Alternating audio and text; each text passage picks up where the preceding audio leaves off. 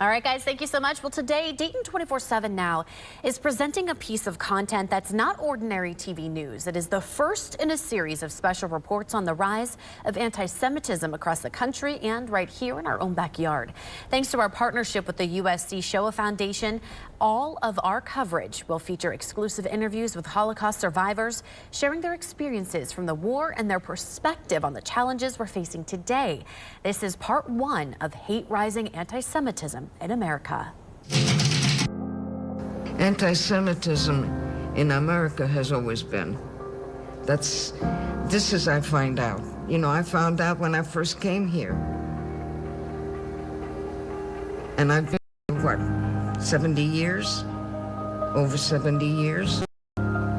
You know, it's never, all over the world, it has never gone away. It just, every now and then, it surges up worse than it was yesterday. And for some reason, after a little while, it seems like it's calming down, but it doesn't. It just doesn't have the group of people to mess it up again like it is now. Vandalism and harassment targeting Jewish communities are even higher than ever. As the nation grapples with rising incidents of anti-Semitism. Anti-Semitism has been in the spotlight recently with celebrities like Kanye West and Kyrie Irving. They are images from the last 5 years. Many 50 years ago thought we'd never see again.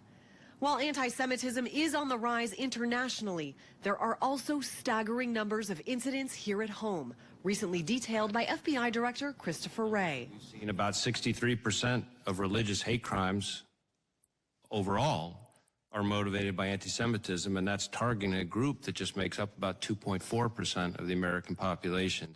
This at a time the former president, who days after announcing he's running again, had dinner at Mar-a-Lago with outspoken anti-Semite and white nationalist Nick Fuentes, along with rapper Kanye West, who goes by Ye. So Trump is really impressed with Nick Fuentes. That dinner met with fierce criticism from Democrats and Republicans on Capitol Hill. There is no room in the Republican Party for anti-Semitism or white supremacy. That is just an utter disgrace. That is un-American. What do you think of the world today with the anti-Semitism on the rise? Very sad. I'm very sad about that. What do you think we can do about it? We have to be very vigilant and open and talk to everybody and start to see who is good and who is bad. You know, there are bad people around still. Hello, is Dalton Clodfelder here? Who's asking? I'm from CBS 12. I'm a reporter. We'd like to talk with him about we don't talk to reporters. Clodfelder and his friends are taking their message to college campuses. Their group, called Ye is Right, promotes the view expressed by rapper Kanye West to express bigotry and love for Adolf Hitler under the umbrella of Christianity, professing love for all men, no matter their sins. Talking about how much you adore Adolf Hitler. And adore is not the correct Never term. said that. Never once said that in this How entire do you life. feel about Hitler, then? I love him. We love him. You love Adolf Hitler? Yes. I love everyone. We love everybody. Put that in there. I love everyone. But how can you love someone who killed so many people during the Holocaust? How can God love someone like that? Clodfelder and his friends, who showed up with their own cameras and microphones shortly after we arrived at Clodfelder's home, told CBS 12 News they are Groypers, a group the Anti-Defamation League calls white supremacists. Do you still believe that Jews control all the major institutions in the country? That's a fact. Including the media? That's a fact. Lies and propaganda are very strong motivators. If you repeat lies long enough, you know, people will believe them. And fortunately, thanks to our free press here, and let's hope that it remains free, that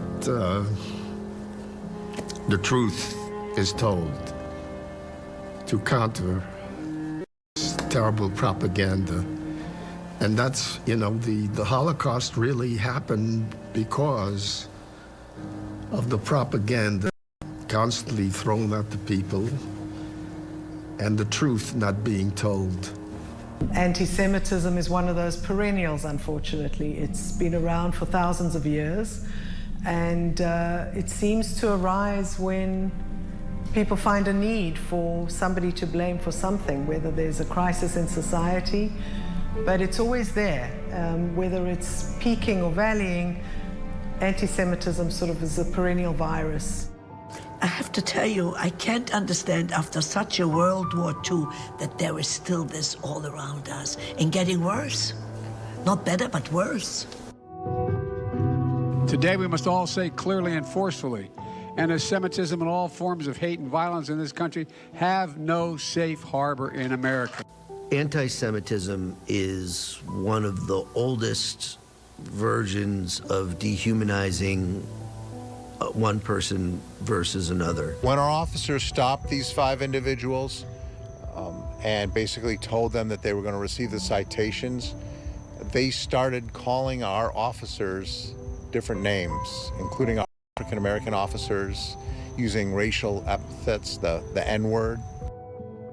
This is hard for you, huh? Your low IQ wants to attack me, doesn't it? Over a word. I can only assume that there's a need right now, people feeling there's some crisis, there's great division. Seems, we're a society that has become very partisan, very split, and it seems the discourse has become very, very ugly. These reports, of course, will not always be easy to watch, but we believe they're important stories to tell. We'll be right back.